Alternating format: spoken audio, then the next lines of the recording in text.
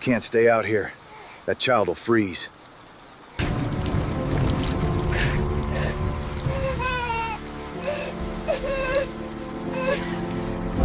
Are you all right? Are you hurt?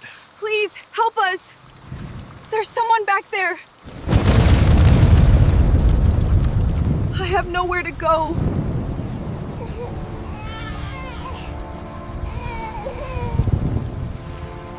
It's okay, ma'am. I can give you a lift.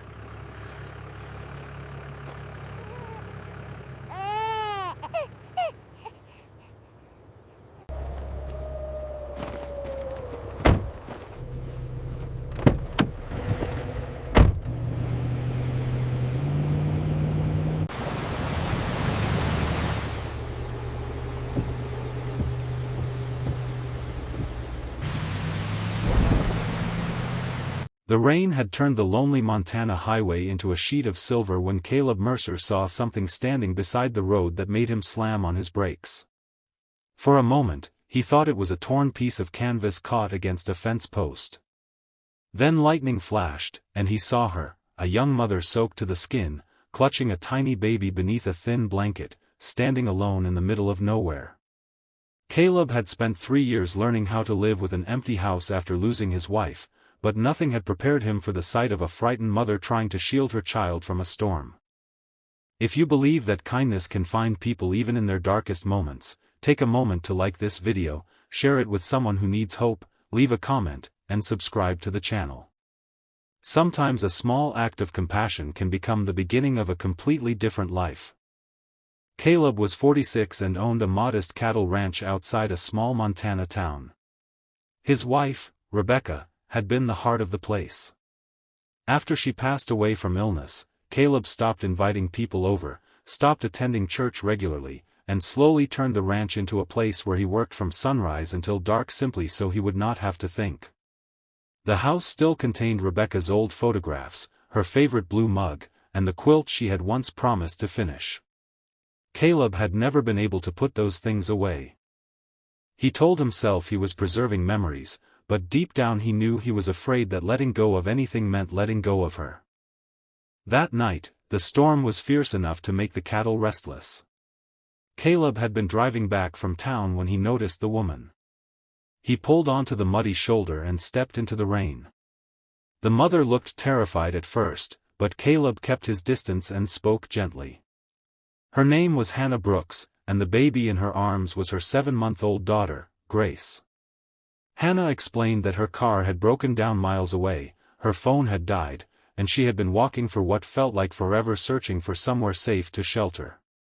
She had no money for a motel and no relatives nearby.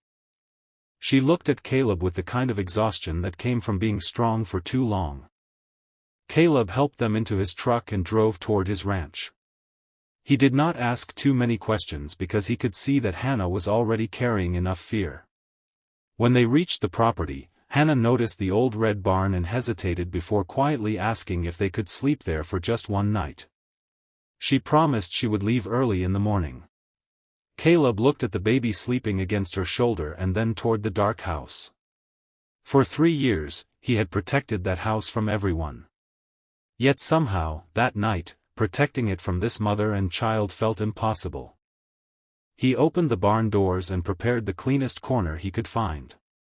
He brought out blankets, placed a small heater nearby, and even found an old wooden cradle Rebecca had once used for visiting nieces and nephews. When Hannah saw it, tears filled her eyes.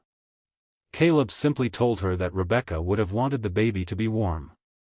Those words surprised him because he had not spoken about his wife to a stranger in years. The next morning, the storm had passed. Caleb expected Hannah to disappear, but when he entered the barn, he found her sitting beside Grace, who was smiling for the first time since Caleb had met them.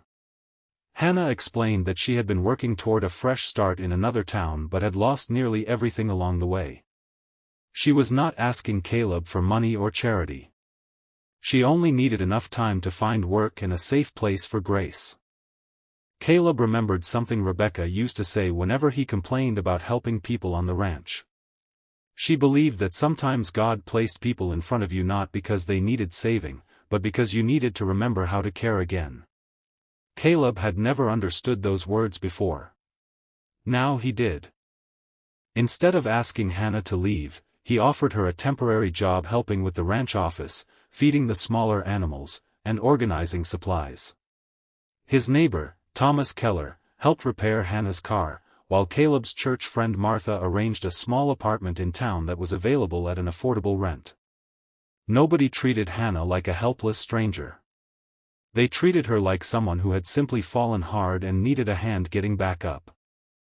Weeks passed, and something unexpected happened to Caleb. The ranch became noisy again.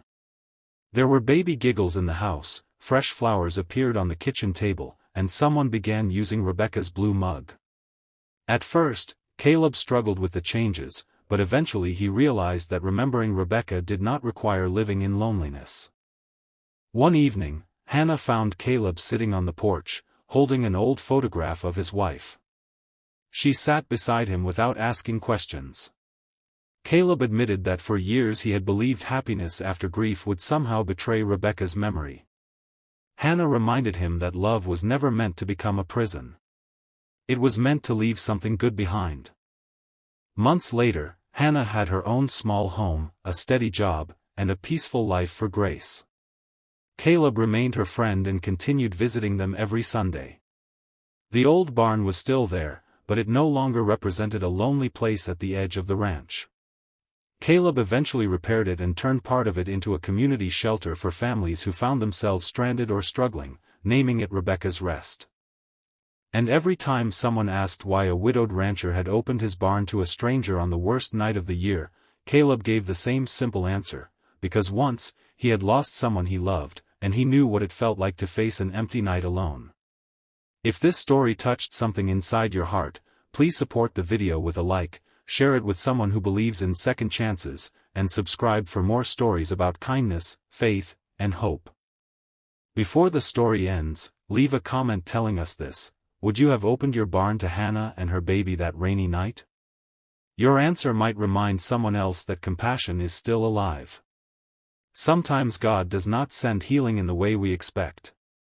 Sometimes He sends it in the form of a stranger standing in the rain, asking for nothing more than a safe place to sleep.